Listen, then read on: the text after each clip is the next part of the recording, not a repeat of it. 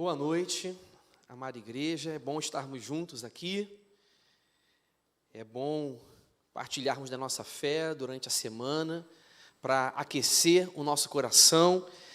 E nesse tempo que antecede o Natal, o nosso coração ele já vai se preparando, ele já vai se alegrando na expectativa dessa mensagem natalina de que veio ao mundo uma criança, a criança que nasceu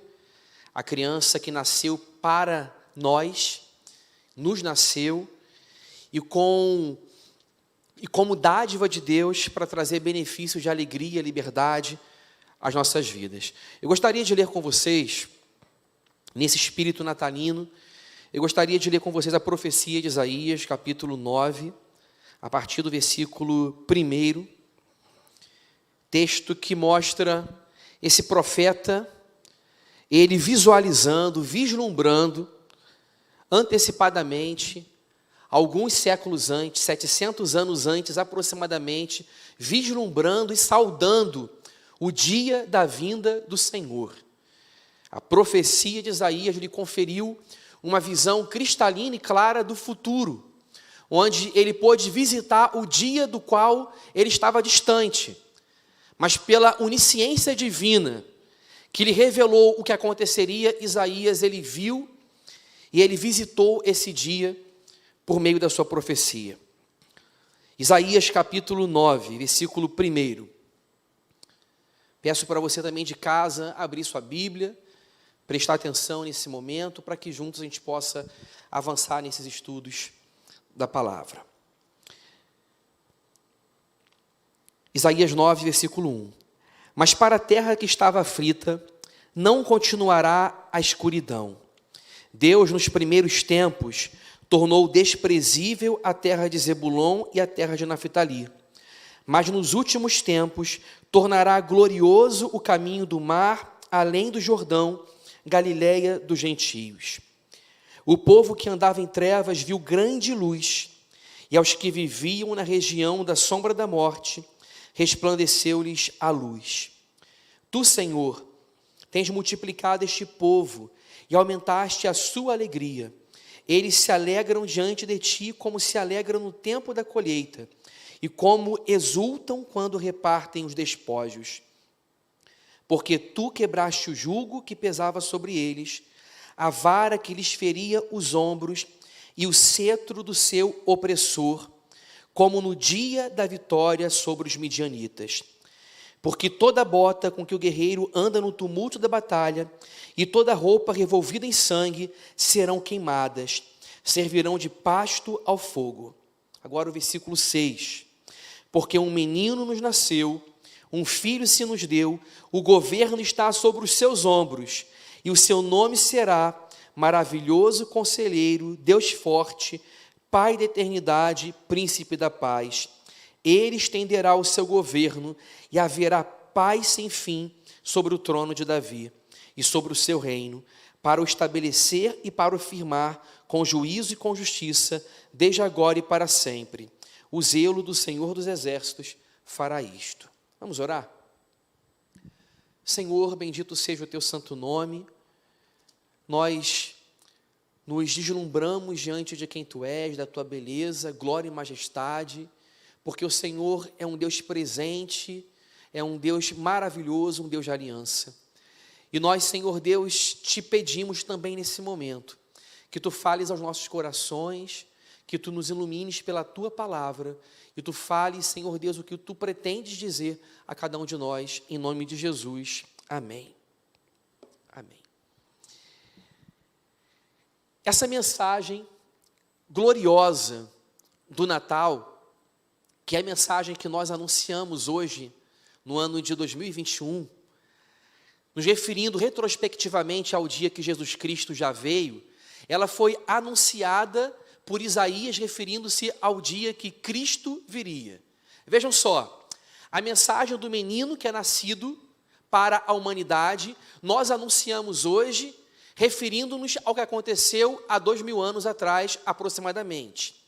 Isaías, antecipadamente, 700 anos antes da vinda do Messias, ele projetou profeticamente, em forma de esperança e expectativa, esse dia do Messias que viria. Então, a mensagem de Isaías foi uma mensagem prospectiva. Ele olhou para frente. E a nossa mensagem, ela é retrospectiva. Nós olhamos para trás, para o Cristo que já veio.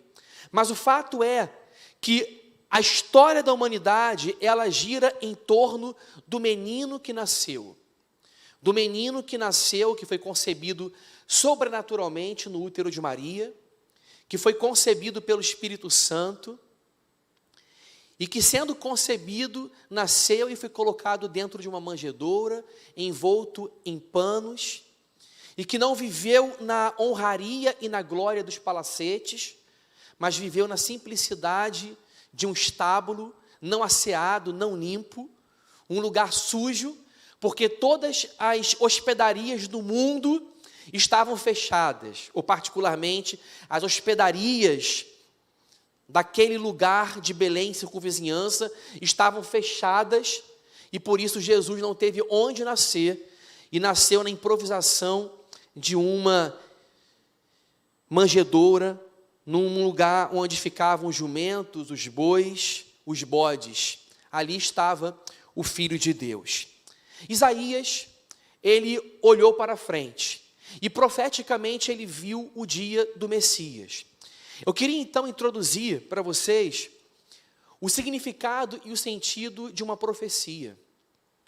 A profecia, ela mostra que existe uma regência, um domínio e um controle sobre a história. Que a história, ela não está sob desgoverno, ela não é um amontoado aleatório de acontecimentos avulsos, descombinados, despropositados. Muitas vezes parece que nós vivemos vários eventos sem sentido na vida.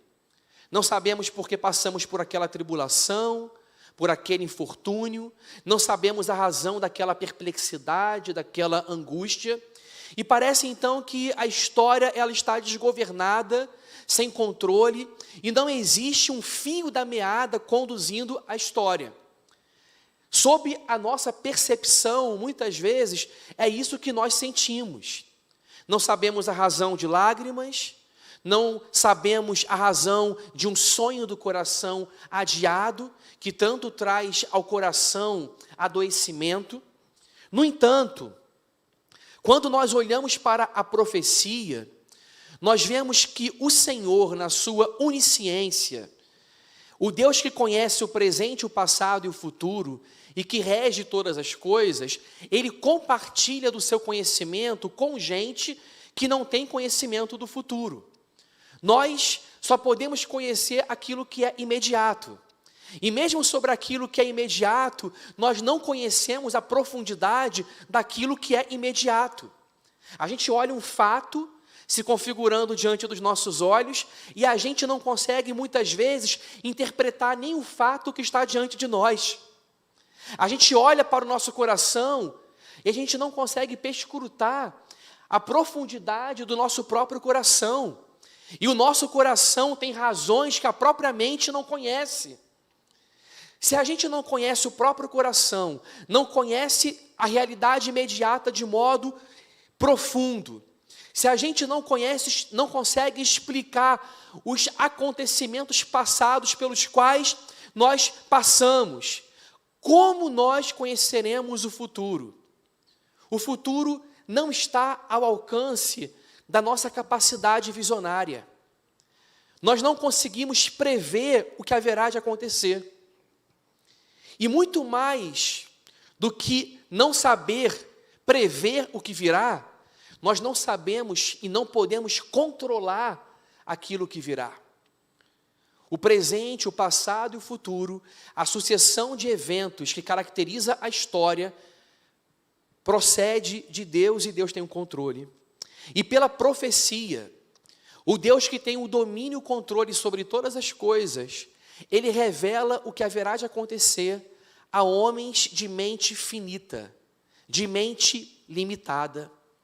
Isaías não tinha sabedoria, entendimento, e não tinha percepção intelectual para visitar séculos vindouros que estavam muito além do horizonte dele, mas ele consegue, pela graça e sabedoria de Deus que lhe visita, ver o dia do nascimento do Senhor. E quando nós olhamos para o fator profecia, o que nós descobrimos é que a história para Deus tem alfa e ômega. A história para Deus tem princípio e fim. A história tem um fio da meada. A história tem uma narrativa. A história tem o que a Bíblia chama de telos, de sentido, de propósito, de rumo. Existe uma culminância, um apogeu, um lugar mais alto na história. Esse lugar mais alto da história, que é o ápice da história, é o lugar para o qual o profeta está profeticamente colocando os seus olhos. E ele diz: um menino nos nasceu, um filho se nos deu. A primeira curiosidade nesse texto é que o futuro que ele vislumbra na profecia é conjugado no passado. Ele fala do futuro, mas ele conjuga o futuro no passado. Ele não diz: o menino haverá de nos nascer, o filho haverá de nos dar. Ele fala: um menino nos nasceu, um filho se nos deu. Porque era como se Isaías estivesse presente naquele próprio dia, naquele próprio instante, vislumbrando os acontecimentos gloriosos da vinda do Filho de Deus ao mundo. E a profecia, ela não é apresentada nas Escrituras como uma probabilidade, como chances, como estatísticas que devem ser interpretadas, analisadas, a fim de que saibamos se o acontecimento ele tem um alto potencial de concretização ou um baixo potencial de concretização. A profecia não se trata de algo que remotamente pode acontecer ou que potencialmente pode acontecer. Não é previsibilidade de um futurologista, de um cientista político que tenta prever acontecimentos no campo político, ou um economista que tenta prever se os próximos meses serão tempos de recessão econômica ou tempos de recuperação econômica e aquecimento da economia. Nós vemos todos os dias pessoas com técnica, com perícia, com ciência, tentando dizer o que vai acontecer na política, na economia, qual a tendência eleitoral para 2022. Mas não se trata disso aqui. A profecia não se trata de uma remota chance. A profecia se trata de algo que inevitavelmente haverá de se concretizar, porque Deus é o dono da história. E tanto é certo que o plano de Deus haverá de se concretizar, que Isaías ele pode conjugar o futuro no passado, dizendo: um menino nos nasceu, um filho se nos deu. E por que ele pode falar do futuro no passado? Porque para Deus aquilo que há de vir já passou e já aconteceu. Deus vive no eterno presente. Deus não vive a sucessão de etapas, de fases, de momento após momento que nós vivemos. Deus não vive essa esfera do sequencial, de um momento após outro momento, de uma hora após outra hora. Nós vivemos na dimensão do tempo, mas Deus vive no plano da eternidade. E por isso o futuro para Deus já passou, está concretizado. Deus vê tudo consumado e realizado dentro do seu plano. Por isso, nós podemos viver em paz. Porque os planos de Deus, ainda que nós não os vejamos com os olhos físicos, eles haverão de acontecer. E os planos de Deus, eles são culminantes na história, na vinda de Jesus. A notícia de Isaías é: um menino nos nasceu, um filho se nos deu. Vejamos o contexto de Isaías.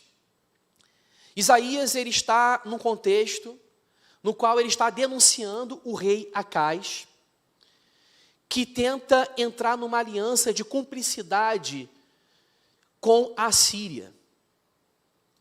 Acaz ele tenta arranjar uma aliança diplomática com a Assíria para que o seu povo tenha estabilidade política e econômica. Mas Deus havia instruído que a Síria não era uma nação com a qual eles deveriam se aliançar. A confiança deles deveria estar firme no seu Deus. É o que Isaías fala no capítulo 7 e no capítulo 8. A aliança deles deveria estar firmada e fixada com Deus e não horizontalmente com uma outra nação. Eles deveriam confiar no Senhor. E porque eles confiaram nos seres humanos, em alianças políticas e diplomáticas e não em Deus, eles foram absolutamente tiranizados, invadidos e pilhados pelo adversário.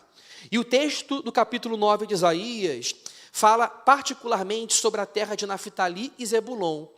Essas terras, elas ficavam no norte de Israel e elas são equivalentes ao que o Novo Testamento mostra que é a Galileia, onde Jesus exerceu o seu ministério. Ou seja, essas terras, Zebulon e Naftali, que são equivalentes à Galileia, no passado elas experimentaram desprezo, porque elas foram invadidas pela Síria. Quando a Síria ataca o território de Israel, vindo pelo norte, atacando e entrando no norte, na cidade do norte, Zebulon e Naftali são as primeiras cidades tiranizadas, vítimas de açoite, de vara, do cetro da maldade dos assírios. E por isso essas cidades experimentam pilhagens. Portanto, o profeta está dizendo o seguinte: no passado, essas cidades, Zebulon e Naftali, elas experimentaram pilhagem, escuridão, experimentaram morte, desolação e falta de esperança. No entanto, estas cidades que experimentaram no passado desolação, desespero, perplexidade, angústia, pilhagem, tirania dos assírios, experimentará no futuro dias de alegria, dias de liberdade, porque a luz haverá de resplandecer sobre essas cidades.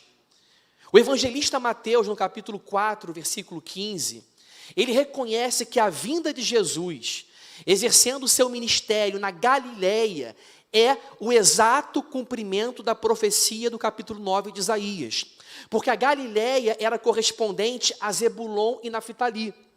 Por isso, Mateus 4,15 fala o seguinte: terra de Zebulon e terra de Naftali, caminho do mar, além do Jordão, Galileia dos gentios.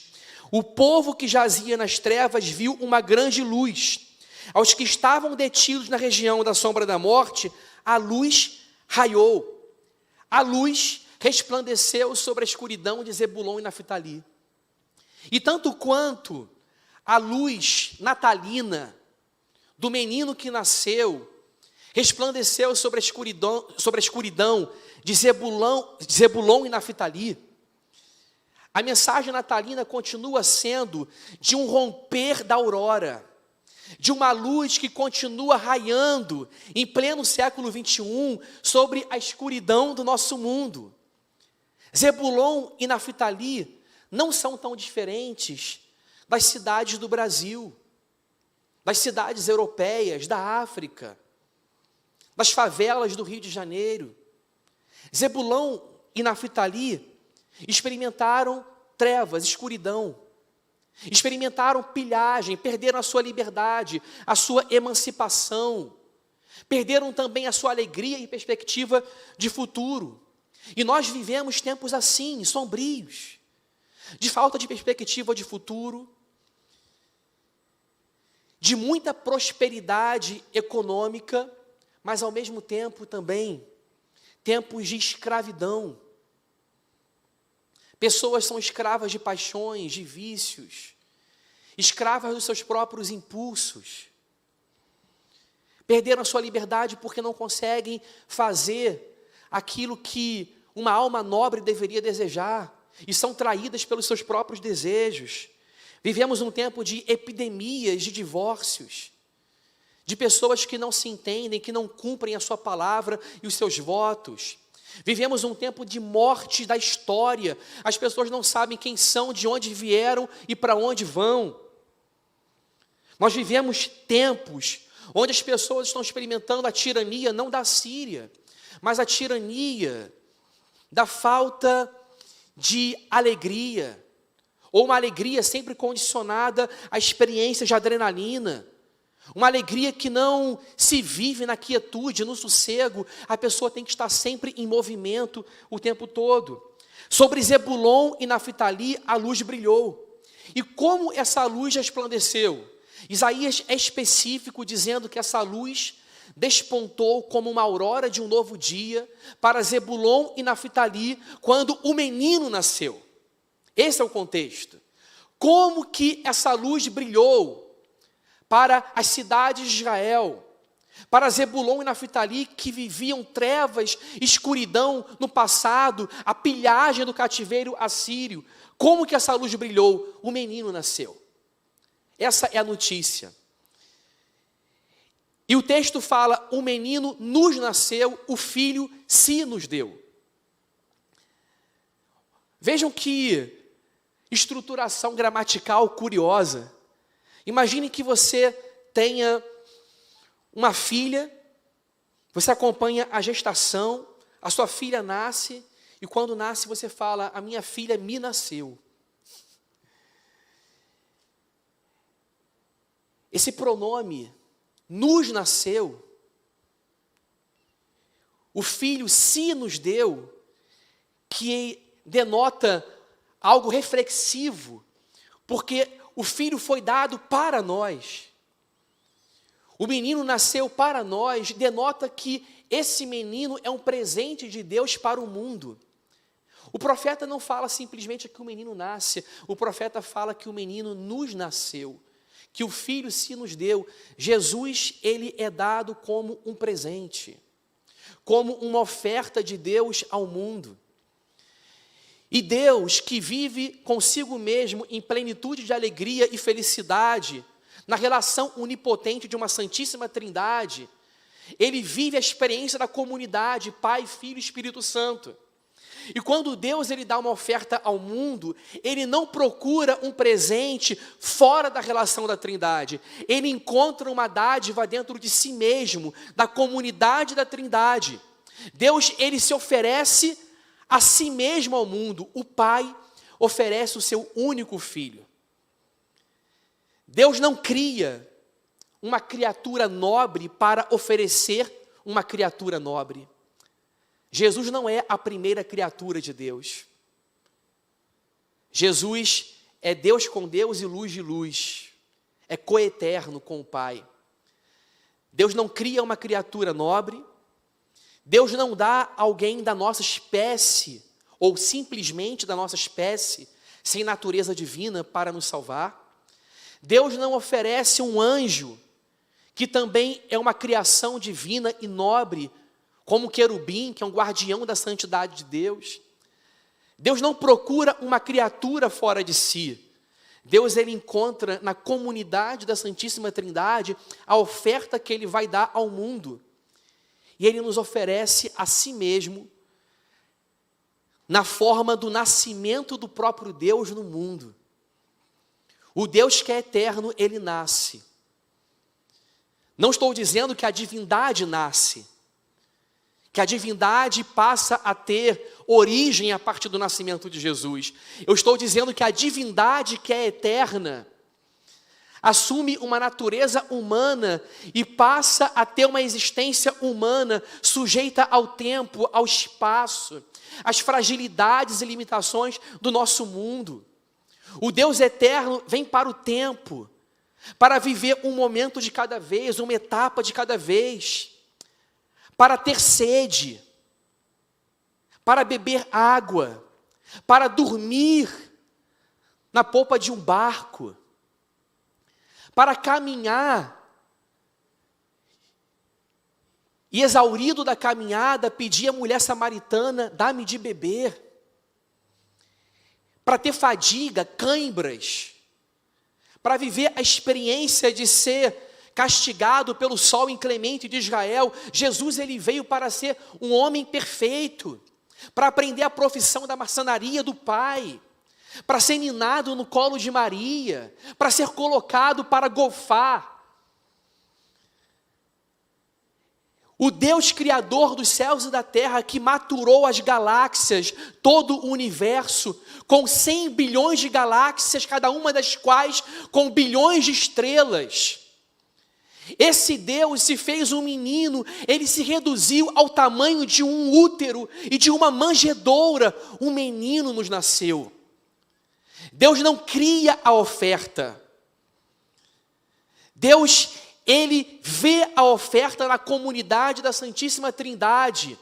E acontece o que os teólogos chamam de pacto eterno de Deus. Na Santíssima Trindade, Deus faz um pacto consigo mesmo. E o Pai,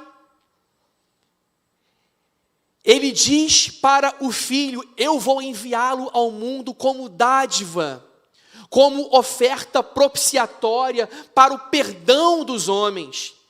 E o Filho fala amém. O Filho diz: eu aceito, com regozijo e alegria, a missão de ser a dádiva, a oferta e o ofertante. E o Espírito Santo, na comunidade da Santíssima Trindade, ele fala: eu abrirei os olhos, eu convencerei da justiça, do pecado e do juízo. Essa é a história do Evangelho. Um menino nos nasceu, um filho se nos deu. E essa linguagem de Isaías é uma linguagem de anúncio de um Messias, de um rei que vai nascer. Que vai nascer, mas que ele concebe como já nascido. Porque o futuro é conjugado no passado. Mas a linguagem aqui é toda de realeza. É como se ele estivesse denunciando Acais, um mau rei, o rei que fez diplomacia com a Síria, e dizendo que haverá um verdadeiro rei, que cumprirá os propósitos de Deus, não por aliança diplomática, não confiando nos seres humanos, não confiando em outra nação, mas o rei verdadeiro será um menino, que vai concretizar o plano de trazer paz, prosperidade para Israel e para o Israel de Deus. E aí então o texto, ele mostra os atributos desse menino.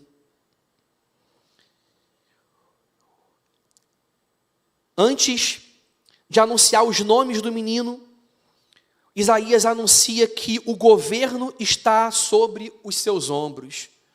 O que significa isso? Já havia sido dito anteriormente de Zebulon e Naftali. Eles foram invadidos, pilhados pela Síria.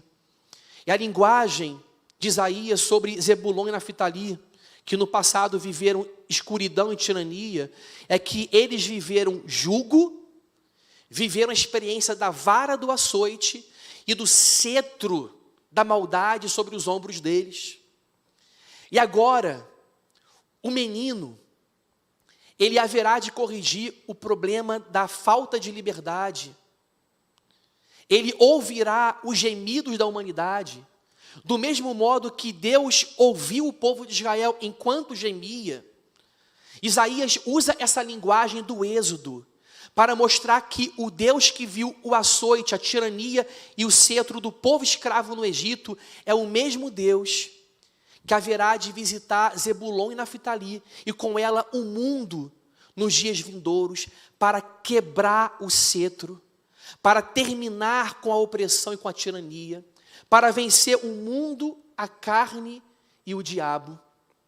Então, é anunciado que o governo está sobre os seus ombros.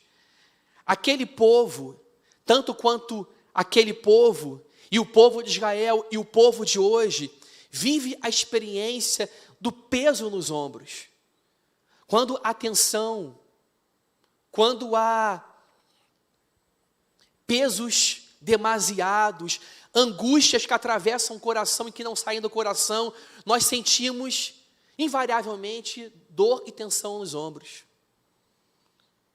Nós sentimos peso, carga. Mas o anúncio é que o menino tomará sobre si o governo estará sobre os seus ombros. Portanto, eu entendo que esse texto está nos dizendo o seguinte: troque a sua mochila pesada, o seu fardo pesado, pelo meu jugo que é suave e leve. O governo está sobre os meus ombros. Tudo que um crente enfrenta, seu luto, sua prosperidade, sua escassez, seus triunfos e alegrias, suas lágrimas e derrotas amargas, suas perdas e conquistas, sua saúde e sua quimioterapia. Tudo que um crente experimenta está sobre os ombros de Jesus. O governo é dele. Isso corrobora o que nós falamos no início sobre a profecia. A profecia mostra que existe história, alfa e ômega, fio da meada, propósito, sentido e culminância. Existe a culminância de todas as coisas cooperarem para o bem daqueles que amam a Deus. E por quê? Porque tudo está sobre os ombros do Messias. E o seu nome? O seu nome será. Quando a Bíblia fala de nome, a Bíblia está falando de identidade. Na nossa cultura, a gente dá nome, às vezes, aleatoriamente. Às vezes, a gente se dá o trabalho de procurar o significado do nome. Mas mesmo procurando o significado do nome, a gente pensa na sonoridade, né? Se vai soar bem. Se a criança no colégio não vai ter problema com a sonoridade do seu nome. A gente pensa muito na sonoridade do nome. Mas naquela cultura, o nome, ele tinha um significado que ele tinha a importância de dar significado ao caráter de uma pessoa ou retratava o caráter da pessoa. Então, quando a Bíblia diz o seu nome será, a Bíblia está falando sobre o caráter de Jesus. Sobre os atributos que caracterizam a personalidade desse menino que haverá de nascer. E o interessante é que a Bíblia, ao dizer o menino, quando a Bíblia diz o menino nos nasceu e o filho se nos deu, a Bíblia não está dizendo o que ele vai ser quando crescer.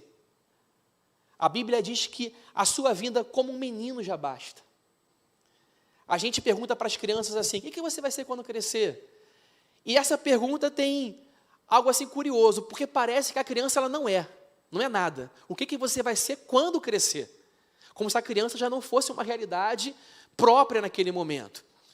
O que você vai ser quando crescer? O futuro projetando a criança. E aqui, esse texto não tem o espírito de perguntar o que o menino vai ser quando crescer. O que a Bíblia está dizendo é que o menino vindo já basta. Já basta. E por quê? Porque o nome desse menino carrega atributos de Deus. Esse menino, ele é maravilhoso conselheiro. O que significa isso, gente? A palavra maravilhoso, ela pode também ser traduzida como assombroso conselheiro. A ideia é que ele é um conselheiro sobrenatural. A ideia é que a sabedoria que procede dos conselhos de Deus não é uma sabedoria humana, compreensível, rasteira, atingível pela nossa pesquisa, estudo. É uma sabedoria divina. Esse menino, ele carrega dentro de si toda a sabedoria, todo o conhecimento. Ele é filho de Maria, mas ele é filho do Deus Altíssimo. Como alguém já disse, quanto à sua natureza humana, Jesus, ele tinha mãe e não tinha pai.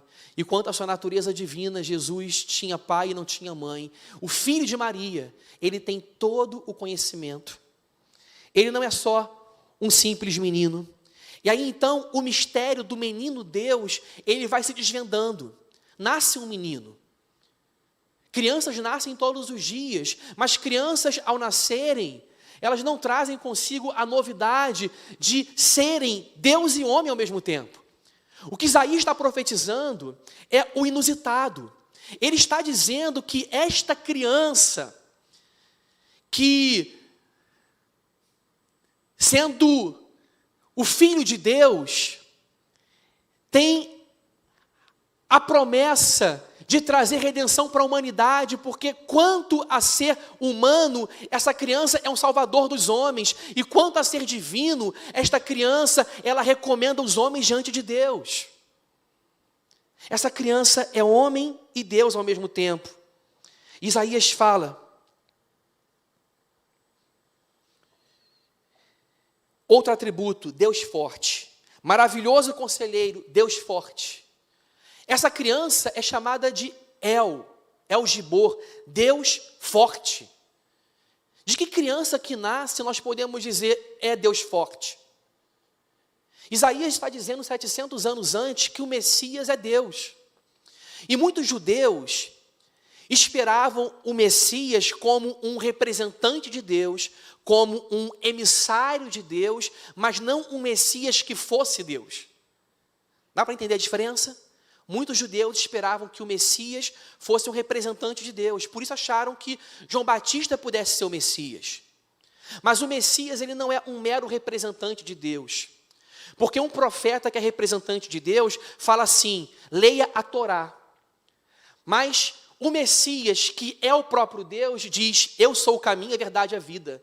Ele não aponta meramente para um livro e para a Torá, ele aponta para si mesmo, como a encarnação da Torá, como a encarnação de todo o propósito da lei. Ele é Deus forte. Aquele menino concebido no ventre de Maria era uma frágil criança, colocado para golfar, que tinha molheira na cabeça, que acordava durante a noite. Não pensem que por ele ser Deus, ele não viveu as experiências totais da natureza humana.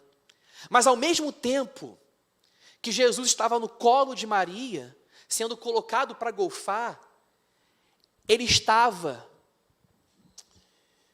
aquecendo a combustão das bilhões de estrelas que fazem parte das bilhões de galáxias.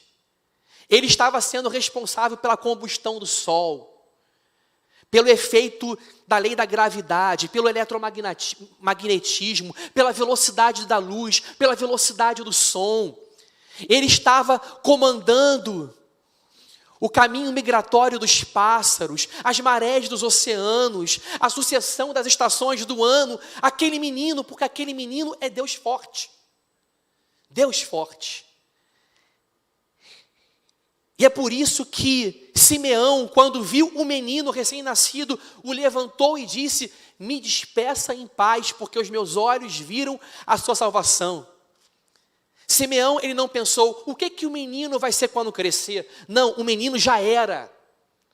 O menino nos nasceu e o nascimento dele é suficiente para trazer mudança ao mundo. Me despeça em paz, os meus olhos viram a tua salvação. Os magos do Oriente adoraram um menino, porque o menino não se tornou Deus, o menino era Deus. Foi concebido humano, sem anular sua natureza divina, nem diminuí-la. Pai da eternidade, esse menino, ele tem uma existência permanente. Por que um reino acaba? Porque o rei morre. Um reino acaba porque o rei morre. Há uma sucessão determinada pelo processo da hereditariedade. Davi morreu e Salomão veio. Salomão morreu e veio o seu filho, Roboão, que dividiu o reino. Como que Deus promete para Davi um reino eterno, se os filhos de Davi, eles têm a semente do pecado da morte? É porque existe um filho de Davi, alguém que pela genealogia humana vem do tronco de Jessé e de Davi, que tem dentro de si a semente da eternidade por ser divino. E é por isso que o reino do Messias não termina. E nós estamos debaixo do reino do Messias, e por isso a nossa vida é um Natal contínuo e permanente, porque a natalidade significa a vinda do Messias como o rei permanente e eterno. O seu reino não tem fim. Ele é o Pai da eternidade. E por último, ele é o príncipe da paz. Príncipe da paz. Novamente, uma linguagem de realeza. Acais tentou trazer prosperidade, sucesso e paz por meio de uma aliança diplomática fajuta com uma nação fajuta. E assim a gente procura em ídolos, em filosofias vãs, em religiões, esoterismo, a gente procura alguma tentativa de dar sentido de vida. Mas Isaías está falando para essas tentativas frustradas, que o reinado eterno, que rompe luz contra a escuridão, que traz liberdade e alegria, que faz a Zebulon e Naftali do passado, da pilhagem e da tirania, se tornar a Zebulon e Naftali do futuro, visitada pelo Messias. O que faz a mudança do mundo, a viragem do mundo, é a vinda de um menino. Um menino que é maravilhoso conselheiro, Deus forte, Pai da eternidade e Príncipe da paz. Principado de paz, principado de integridade. Paz, shalom na Bíblia significa integridade, não fratura, inteireza. O nosso mundo está todo dividido. Homens contra mulheres, divisões de raças, etnias, de espectros políticos, violências, ataques, truculência, ódio. Mas quando o Messias traz o reinado de paz, ele rompe o mundo fraturado e traz integridade e inteireza. E é por isso que Paulo vai dizer que de ambos os povos, gentios e judeus, ele rompe o muro da separação e cria um mundo só. Ele tira os muros e cria pontes. Ele cria pontes, integridade. Em Cristo Jesus não há homem nem mulher, escravo e livre, bárbaro e cita, porque a shalom de Deus significa vencer a fratura, a divisão, o mundo cindido, dividido e fraturado, e trazer integridade. E Jesus, o príncipe da paz, ele é o mediador entre Deus e os homens, que traz a integridade da relação do homem com Deus de volta, restitui a paz original e faz o homem ser amigo de Deus. Mas Jesus também é um mediador entre um ser humano e outro ser humano, porque havia muros de separação no mundo, homem e mulher, bárbaro e cita, quem tem educação e quem não tem educação, quem é livre e quem não é livre. Mas Jesus quebra os muros e cria ponte. Porque o seu reino, o seu principado é um principado de paz. É paz com Deus e é paz com o irmão. E é paz com o mundo ao nosso redor. É integridade. Ele é o príncipe da paz. Por isso, meu amado irmão, minha amada irmã, se regozije porque o menino nos nasceu. O filho se nos deu. O governo não está sobre os seus ombros, mas sobre os ombros de Jesus. Não sinta-se pesado, pesaroso, inclinado, encurvado, sobre um fardo pesado que você não pode carregar, porque o fardo do mundo foi carregado na cruz de Jesus, onde ele reconciliou consigo mesmo as coisas da terra e dos céus, criando um universo e uma família, a família de Deus, onde não existe mais beligerância e violência, mas existe amor e unidade. Ele é maravilhoso conselheiro. Se você não sabe para onde ir, que decisão tomar, o seu Messias, o menino que nasceu para você, é o seu conselheiro, é a fonte da sabedoria, da luz, da iluminação. Ele te dirá o caminho pelo qual andar. Ele te ensinará a viver para a sua glória e para o seu propósito. O menino, ele é Deus forte. Ele tem força e onipotência para reger a sua vida quando você se sentir fraco, porque ele é Deus forte. Ele é Pai da eternidade. O seu governo é permanente, não é transitório, não passa. Tire os seus olhos do mundo transitório e passageiro. Não sofra demasiadamente por aquilo que haverá de passar. Por que colocar o coração num mundo que haverá de passar? Coloque a sua alegria no governo permanente, eterno e não transitório do Messias.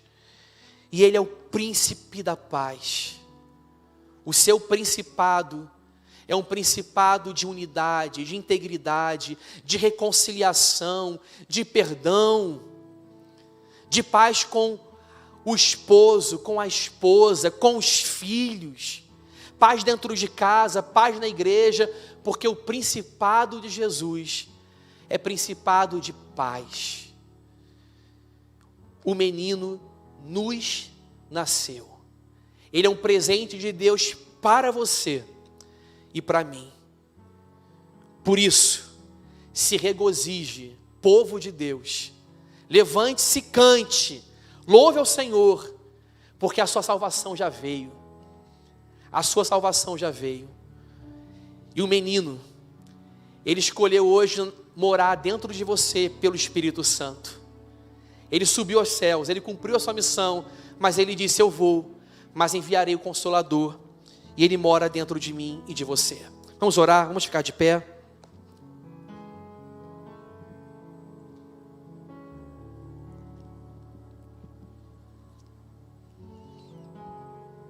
Vamos orar. Agradecer a Deus. Senhor, nós somos total gratidão a Ti. Uma gratidão verdadeira, genuína, mas uma gratidão, Senhor Deus, que não é perfeita. Uma gratidão, Senhor Deus, que deveria ter mais plenitude, que deveria ser mais dilatada, que deveria encontrar expressões maiores e mais devotas, devido ao Deus digno que Tu és. Senhor, deveríamos nos alegrar mais, mas nos alegramos, Senhor, e Te pedimos que o Senhor aumente a nossa gratidão e alegria, porque toda a nossa gratidão é pequena diante dessa mensagem e do fato de que o Senhor se fez homem e veio até nós. Obrigado, Senhor, por amor tão grande, tão incompreensível, que excede o nosso entendimento. Obrigado porque nós não merecemos o Teu amor e Tu nos amaste mesmo assim. Obrigado, Deus, porque o Senhor nos escolheu desde antes da fundação do mundo. Nós não sabemos o que o Senhor viu em nós. Não havia nada em nós que fosse belo, formoso, que Te convencesse a nos amar. Nós estávamos mortos em delitos e pecados, estávamos na escuridão e nas trevas, sob tirania, sob cetro de autoridade maligna e perversa. Éramos, Senhor Deus, subjugados, com fardos pesados que não podíamos suportar, mas o Senhor decidiu tomar sobre o Senhor todo fardo, todo jugo, e na cruz do Calvário o Senhor tomou o jugo de todo o mundo e de todo o universo para nos salvar, para nos trazer uma reconciliação com Deus, com o próximo, com a criação que nós vivemos e que nós fraturamos, depredamos. O Senhor fez com que nós voltássemos ao Éden, ao jardim de Deus.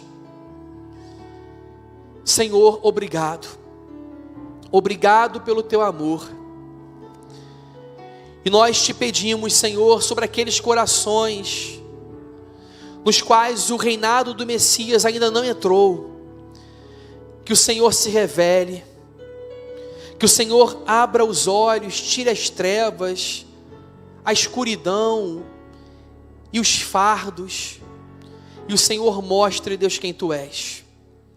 Abençoa a Tua igreja, cura a Tua igreja, das suas enfermidades físicas, emocionais, psicológicas. Visita aqueles que estão acamados, que estão no hospital, aqueles que estão em casa se recuperando. Te louvamos, Senhor, pela recuperação. Te louvamos, Senhor, e Te pedimos, Deus, que o Senhor continue, Deus, com os nossos irmãos que se recuperam em seus lares. Obrigado, Deus, pelas portas de trabalho, pela provisão, pelo suprimento, pelo pão de cada dia, pela despensa cheia. Obrigado também, Deus, quando a despensa não está tão cheia, mas quando o nosso coração tem fé de que o Senhor vai dar o pão de cada dia. Obrigado, Senhor Deus, pela paz de Jesus, que excede todo entendimento, pela esperança que temos de vida eterna, pela consolação nos nossos lutos, pela comunidade que é a igreja. Obrigado, Senhor Deus, porque a obra missionária, ela está avançando no mundo, e nós Te rogamos pelos missionários da nossa igreja e das outras igrejas, para que o reino de Deus chegue aos confins do mundo, pregando a mensagem da natalidade, do Natal, do nascimento de Jesus.